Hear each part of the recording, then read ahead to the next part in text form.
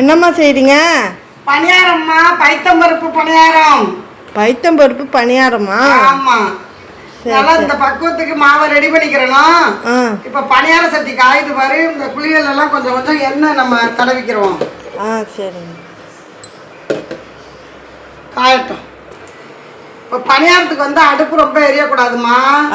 சட்டி காய்ஞ்சிருச்சு. இப்போ எண்ணெய் கொஞ்சம் கொஞ்சம் ஊற்றுனேன்னா அது அப்படி செஞ்சுக்க வேண்டியதான். எல்லா பக்கமும் நம்மளுக்கு எண்ணெய் பரவிடுச்சு. இப்போ பணியாரத்தை ஊற்றுவோம்.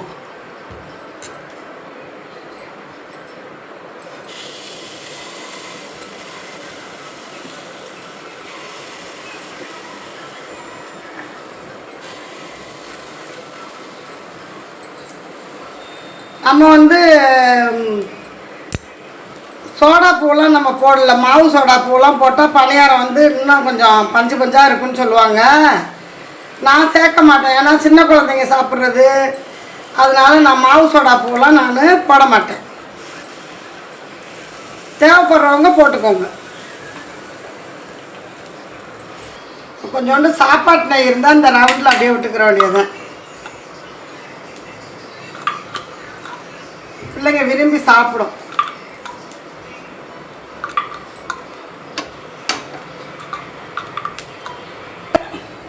இப்போ பணியாரத்தை எல்லாத்தையும் நம்ம கரட்டி போட்டுக்கிறோம்.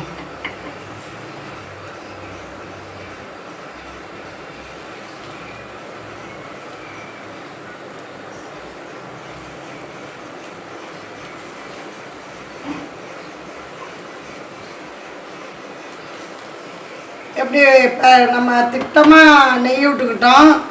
பணியாரம் எவ்வளோ சூப்பராக நம்மளுக்கு வருது பாருங்கள்.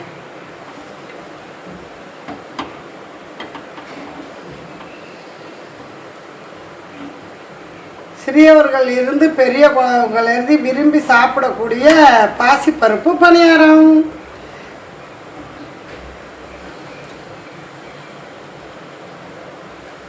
வேகட்டும்.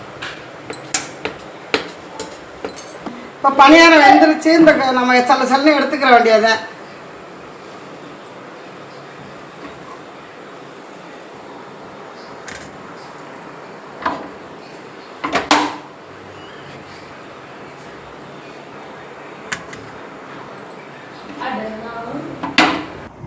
பணியாரம் ரெடி ஆயிருச்சு. இதில் நம்ம என்னென்ன சேர்த்துருக்கோம்? பச்சரிசி, புழுங்கரிசி, கொஞ்சோண்டு உளுந்து, வெல்லம் பாவா காய்ச்சி ஊற்றிக்கிட்டோம். வெல்லம் கரைஞ்சா போதும் அந்தளவுக்கு ஊற்றிக்கிட்டோம். பாசிப்பருப்பை வறுத்து பொடி பண்ணி போட்டுக்கிட்டோம். ஏலக்காய் போட்டுக்கிட்டோம். தேவையான அளவு உப்பு. பணியாரம் ரெடி. வாங்க சாப்பிட்லாம். ஓகே.